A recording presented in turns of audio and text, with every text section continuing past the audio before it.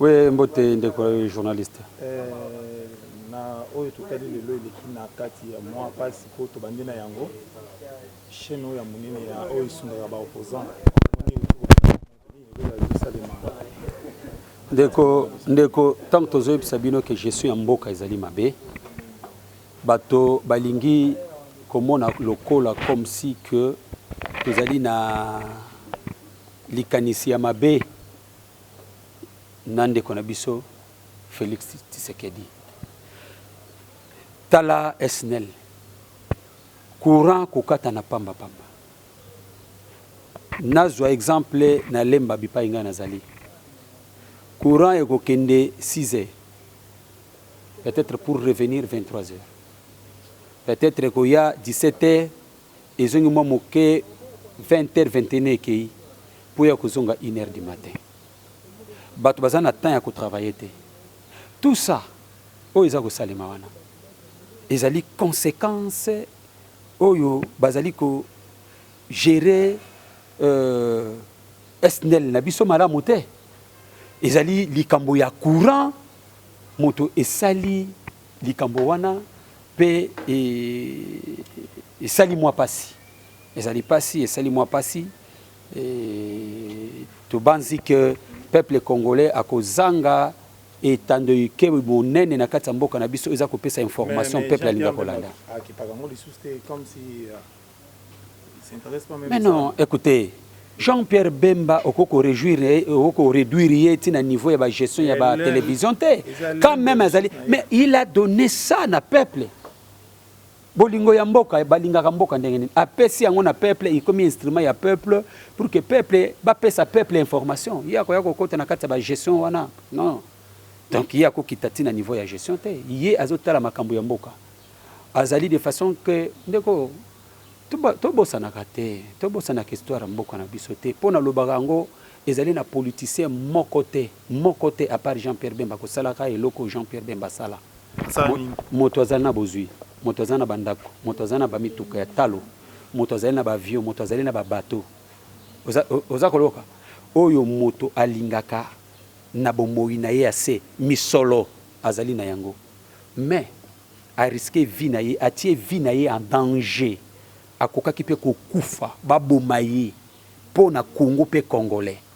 Alors mutu wana il faut vraiment beaucoup de respect, beaucoup d'égard, beaucoup de considération. C'est un monument vivant. C'est un monument vivant parce que ndeko yo komona te ba politicien o ba gangaki lelo bazui pouvoir tellement que ba lati o ba bengaka ivresse ya pouvoir et lati bango ba komi koloba bilobela ba bosani kutu na peuple lelo oyo bazui pouvoir oki makambo ya 15 millions et bungi na ko yebisaka papa ce sont des faits que na ko talisaka. C'est pour dire que bazali ebele nazwa même na IDPS nazwa même na MLC nazwa na ba parti ebele o ba keneki ko débaucher bango pona misolo pona pouvoir mais Jean-Pierre Bemba atali bozuité atali misolo te atali bomengo azalaki na yango te nabi ke o nyoso muto luka kango Jean-Pierre Bemba zana yango na sina moi mais a risqué tika ndeko tika yo tuninga motuni wana na ko répondre yo tika na sisa maloba mais moto wana na bolingo ya mboka pe ya peuple na ye a risqué vie na ye asimbi munduki akoka ko tika bomoi na ye donc c'est quelqu'un qu'on va il faut beaucoup de regard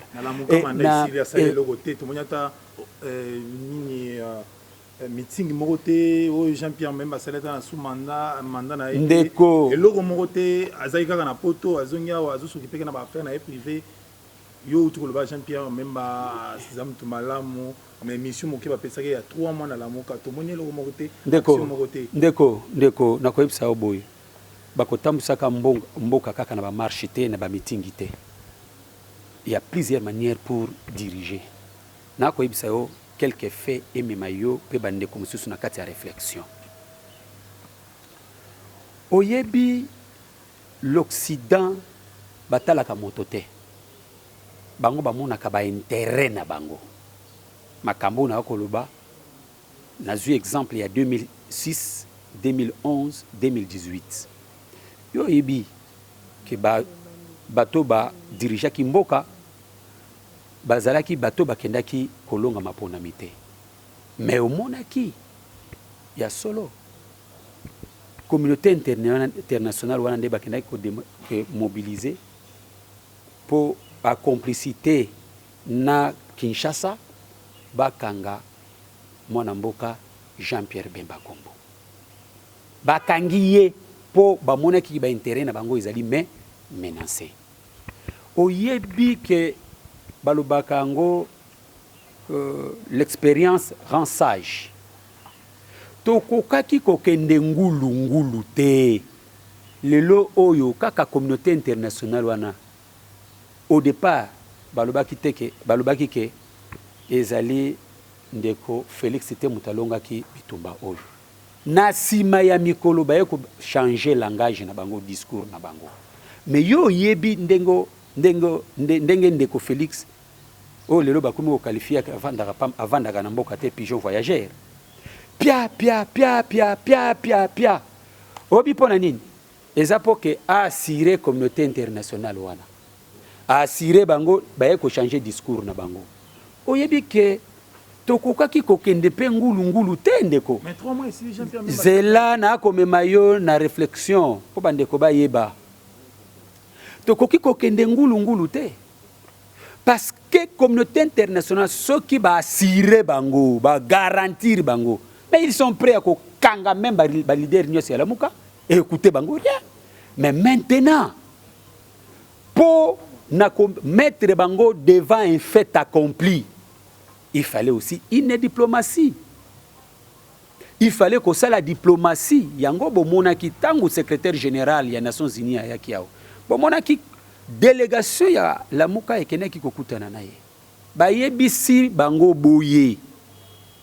Bino bozali bacteur ba responsable plutôt historique na nyoso oyo koma na kati ya mboka Congo. Boyebi ba mapona mindenge zo sama na kati ya mboka Congo. Donc totie bango devant responsabilité na bango. C'est ça la diplomatie. Pour que tango peuple oyo déjà à comprendre que pouvoir oyo ezali pouvoir ezali ko assurer te. Pouvoir oyo andeko Félix soki to keina ngo boye ndeko Kabila à kozonga na 2023 peuple à comprendre et tangu peuple ndeko na ko yebisa yo ndima peuple na biso ya député yo za mopanzi sango oza moto mayele mama nanga azali moto mayele botambola ka boyokaka et mikolo ezali koya peuple a kozwa responsabilité na ye IDPS Tshisekedi a kozwa responsabilité na ye loba ke IDPS FCC nde bakoki kozwa responsabilité te parce que bakomi déjà na ye vrai sa pouvoir maintenant aussi aujourd'hui makambo belé o épinglé ba aspect ebele ngala zongi solution tension ya courant wana ezalaki ndenge nini osali koyoka madame tension ya courant tango courant ezali stable te moko courant emati moko courant ekiti mais c'est très dangereux makambo nazali koloba oyebi yango bakongolais bayebi ndenge tension ya courant esalemaka ndenge ezali kozikisa pareil ya bato yango nalobi likambo ya gestion ozali koyoka madame donc c'est pour dire que maman batu ebele bazali komona comme si que biso tozali ndenge ba ko benga biso toza motema mabe te ta motema mabe te mama bitumba o to ko continuer ezali bitumba o to bundaki na mwana mboka Félix Tshisekedi ezali bitumba o to bundaki lobi na mwana kabunde wa kabunde ezali bitumba oyo tobundaki na bandeko wana nyonso mais qu'est-ce que nous avons constaté peuple na biso lelo agangaki changement na triomphale mama bino boza bapanzi sango boyebi yango na Genève ndeko Félix alobaki nini nayoki base nde yango yo na longwe la muka mais lelo yo kaka base wana mama to pusa makanisi kaka base wana boyebaki histoire ya palais du peuple oyo base wana esengi divorce na FCC bouti koyoka même dernièrement awa makambo ya crash oyo esalemaki omonaki ndenge bakombatant ya solo IDPS Tshisekedi babimaki batambolaki boyokaki na munoko na bango mais boyokaki pe discours ya IDPS FCC oyo ezali incarné epai ya secrétaire général na bango ndeko Augustin Kabuya boyokaki IDPS FCC maloba oyo Kabuya azali koloba kokamwa donc combat ya papa Etienne Tshisekedi ils a foulé au pied pour n'avoir un intérêt mesquin plutôt pour na protection ya un individu lelo bozali koyoka ndeko journaliste biso tozali mutema mabete toya koloba solo na yebisaki bino que mayele ya Kabila ezali ke azonga na 2023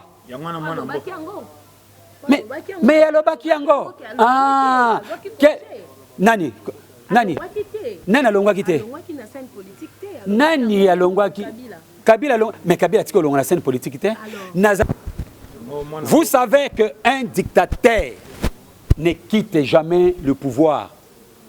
Un dictateur a koki ko simbi sa pouvoir pour qu'il a préservé ba intérêt na ye. A simbi si pouvoir a préservé ba intérêt na ye. Et c'est ce que nous sommes en train de vivre aujourd'hui. OK. A simbi si pouvoir a préservé ba intérêt na ye. Intérêt zani na la muka apparemment ils ont recruté aux parmi bato la muka, ils ont recruté toujours bateau bazar dessus dans pouvoir, c'est-à-dire ko recruter bato bazar dessus. Non, attends, question on a comprendre te. Ko recruter bato bazar dessus. Il reçoit. Voilà. OK. Deux personnes au bazar par exemple quelque part. Par exemple Martin Fayoulou a madame des urnes tilelo. Allez boyambi lisusu isanga bonganga parce que de l'autre côté il attendait quelque chose et simbité mais aye pas la bino comme on le basiko on a 3 présidents. Maintenant expliquez-nous qu'est-ce qu'on doit faire. Tomandaka causer la population et mandoser la bino kaka boye so bozu déception kuna boye koto to bete mino maboko pour le vérité. Pourquoi il n'a pas pu le dire quand il était de l'autre côté? Aye ko préférer que le ballon tant aye pas la bino. Mwana mboka. Omoni lisanga bonganga. C'est quelqu'un qui est dynamique. Aza mutoyo agardaka position na ye. Après avoir mangé. Ndeko kimia. Kimia ndeko nazo tracer bino ba fait. Oyebi ndeko lisanga bonganga na ministre na soki se retrouva ki ministre na ministre ezalaki mama otune motuna ba congolais ba koyoka bazana posa ye na ngai. Ezalaki ici il y a ba accord ya Semko. Yango esalaki ke akende ko se retrouver na gouvernement. Deko mutuka kutoke na ba débat ba mutuka te wana za débat ya se. Nde a se retrouvaki na gouvernement. Elongo na bande ko mosusu. Mais tala mwana mboka lisanga bonganga. Un homme d'une. Un homme déterminé mutu oyo azali constant na kati ya komba na ye oyokaki babengaki bango na kingakati kuna na kingakati ezaki pona nini pour que bango nyonso wana o babengaki ba débauché à ce temps bango nyonso basala FCC oyo ezalaki continuité ya PPRD, continuité ya AMP. Mais nakati ya Kingakati, mwana mboka Lisanga Bonganga alobi non na M. Kabila oyo bato mosusu bakokaki koloba non te. Oyo ba politicien mosusu bazali ko débaucher bango en tout moment na faveur ya individu moko Kabila. Mais Lisanga Bonganga aboyi nakati ya Kingakati. Ozali koyoka. Esengi ke toyeba lisusu. Lisanga Bonganga tout étant ministre atamboli abattre campagne pour Martin Fayulu. Mwana mboka Jean-Pierre Bemba tango yaki, oui, tango mwana mboka Jean-Pierre Bemba autaki poto comme leader ya Lamuka. Lisanga Bonganga kendaki koyamba mwana mboka Jean-Pierre Bemba. Tango le président Eli ayaki, Lisanga Bonganga tambolaki koyamba ye. Lisanga Bonganga abattre campagne pour Lamuka. Mais ezana bato mosusu ba mi benga maki ya Lamuka bakendaki ko battre campagne ya Chilombo. Donc c'est pour dire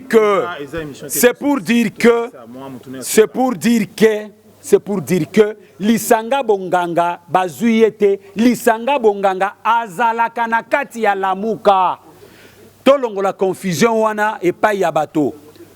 Donc Lisanga Bonganga azala na kati ya Lamuka. Aye kokota Lamuka te. Oto soki sa mwa mutuna na biso discours Moïse Katumbi azalaki na Goma bayambaki ye mwana mboka fang donga uti koloba lelo na ba télévision qui porte-parole opposition eza affaire ya ba opposant mwana mboka oyo azalaki oyo azoni lo baza président élu ye dossier wana établi te mwana mboka Shadari alobaki Moïse Joseph Kabila de retour pour la candidat en 2023. D'accord. Moi, je suis Kabouya, au secrétaire général IDPS, a répondu qu'il n'a pas poussé dans 2 minutes pour faire la synthèse. Motuna Oyo, Tuni Ezali Motuna, il y a 2 minutes. Tokolo Baboui. Likamboya porte-parole de l'opposition. Est-ce que en 2006, tu as porte-parole de l'opposition? En 2011, tu as porte-parole de l'opposition? Pourquoi Balingi Kozwakaka porte-parole de l'opposition en 2018? Ndeko bato oyo bakombata qui porte-parole ya opposition wana. Ba oyo bakombata qui porte-parole de l'opposition wana. Lelo bakomi koluka porte-parole de l'opposition. C'est pour dire quoi ndeko nangaya? Loi 07/008 du 4 décembre 2007 portant statut de l'opposition na préambule na yango elobi boye que l'opposition ezali gage ya stabilité ya ba institution oyo ezali démocratique. Est-ce que lelo tokoki kolobake élection o ezali élection moko démocratique? Non. Papa kokende na koloba démocratie ezali te kokende kotia nkasa na kati ya urne. Non. Ce n'est pas ça la démocratie. La démocratie ezalaka accompagnée par ba institution to benge ya appui ya démocratie. Lokola CENI, lokola CESAC, lokola cour constitutionnelle. Mais yo yebi bandeko ba yebi ke nanga ti lelo États-Unis ekangiye moyibi kuna. Azali ye mokote. Bakangi bango bozwina bango. Nde bazali kosenga epai ya ndeko Kabila yande ba kosenga epai ya ndeko Félix azwa dossier et que justice a se saisir na dossier wana bongo bako ya na ba élément mususu de preuve pour na tina na dossier wana. Donc c'est pour dire que tokoki ko reconnaître lelo oyo porte-parole de l'opposition parce que élection oyo ezali élection moko démocratique. Merci Ndeko.